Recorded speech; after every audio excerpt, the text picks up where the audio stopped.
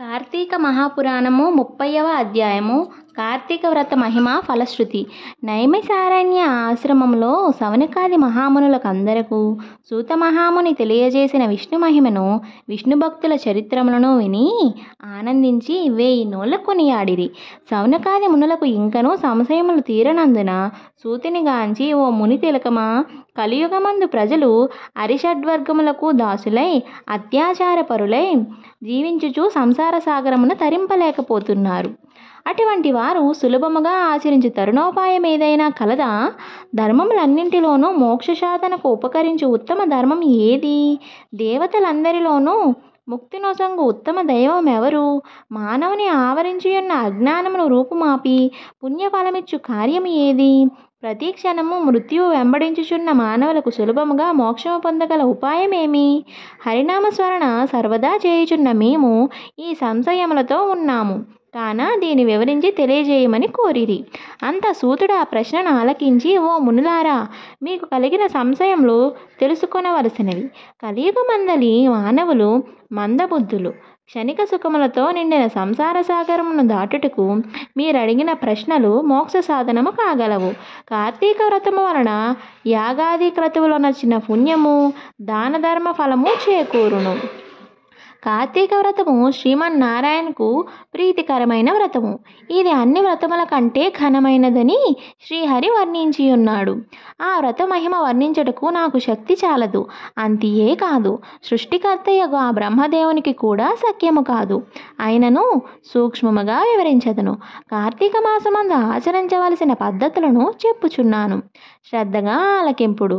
కార్తీక మాసమున సూర్యభగవానుడు తులారాశి అందున్నప్పుడు శ్రీహరి ప్రీతి కొరకు మనకు ముక్తి కలుగుటకు తప్పనిసరి నదీ స్నానము చేయవలెను.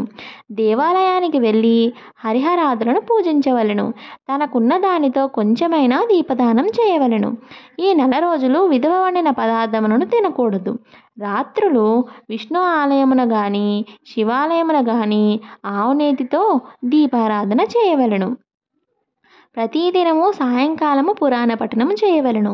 ఈ విధముగా చేసిన సకల పాపముల నుండి విముక్తులై సర్వసౌఖ్యములు అనుభవింతురు. సూర్యుడు తులారాశి అందున్న 4 రోజులు ఈ విధముగా ఆచరించేవారు జీవన్ముక్తులగుదురు.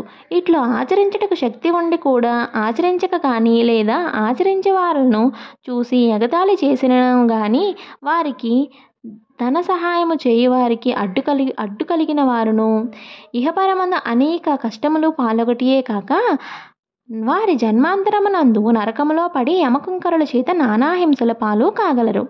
అంతియే కాక అట్టువారు 100 జన్మల వరకు చండాలాది హీన జన్మదులెత్తురు. కార్తీక మాసంలో కావేరీ నదిలో గాని, గంగా నదిలో గాని, అఖండ గౌతమీ నదిలో గాని స్నానం ఆచరించి ముందు చెప్పిన విధముగా నిష్ఠతో ఆచరించిన వారు ఇహపరమందు సర్వసుఖములను అనుభవించుటయే కాక జన్మాంతరమున వైకుంఠవాసులగుదురు. సంవత్సరంలో వచ్చు అన్ని మాసముల కన్నా కార్తీక మాసము ఉత్తమోత్తమైనది. అది ఫలదాయకమైనది కూడా, హరిహరాదులకు ప్రీతికరమైనది. కనుక కార్తీక మాస వ్రతము వలన జన్మ జన్మల నుండి వారలకున్న సకల పాపములు హరించి మరుజన్మ లేక వైకుంఠం అందగలరు. పుణ్యాత్మలకు మాత్రమే ఈ వ్రతాన్ని ఆచరించవలనని కోరిక పుట్టును. దుష్టులకు, దుర్మార్గులకు, పాపాత్ములకు కార్తీక మాసమన్నా కార్తీక వ్రతమన్నా ఏవగింపు, అసహ్యము కలుగును.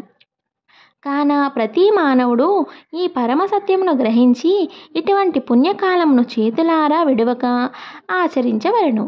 ఇటుల 4 రోజులు చేయలేని వారు కార్తీక శుద్ధ పౌర్ణమి నాడైనను తమ శక్తి కొలది వ్రతం ఆచరించి పురాణ శ్రవణము చేసి జాగరణము ఉండి మరునాడు ఒక బ్రాహ్మణునికి భోజనమిడినచో 4 రోజులు చేసిన ఫలముతో సమాన ఫలము కలుగును. ఈ మాసంలో ధనము, ధాన్యము, బంగారము, గృహము, కన్యాదానములు చేసినచో ఎప్పటికీ తరగని పుణ్యము లభించును. ఈ 4 రోజులు ధనవంతుడైనను బీదవాడైనను మరెవ్వరైనను సరే సదా హరినామస్మరణ చేయుచు పురాణములు వింటూ పుణ్యతీర్థములను సేవిస్తూ దాన ధర్మములు చేయుచున్న ఎడల వారికి పుణ్యలోకమును అబ్బును. ఈ కథను చదివిన వారికిని వినిన వారికిని శ్రీమన్నారాయణుడు సకల ఐశ్వర్యములు ఇచ్చి వైకుంఠ ప్రాప్తి కలగజేయును. త్రింశాధ్యాయము 30వ ఆఖరి రోజు పారాయణము సమాప్తము. ఇప్పటి వరకు ఎవరైనా కార్తీక పురాణం పూర్తి అధ్యాయాల్ని వినకపోయినట్లయితే మన ఛానల్లో ఈ 30వ అధ్యాయంతో పాటు మిగిలిన 29 అధ్యాయాలు కూడా అప్లోడ్ చేయబడి ఉన్నాయి.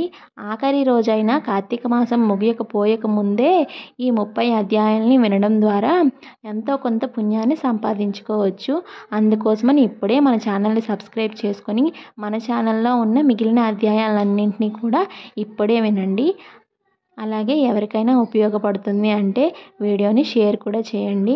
ఓం సర్వేషాం స్వస్తిర్భవతు. ఓం సర్వేషాం శాంతిర్భవతు. ఓం సర్వేషాం పూర్ణం భవతు.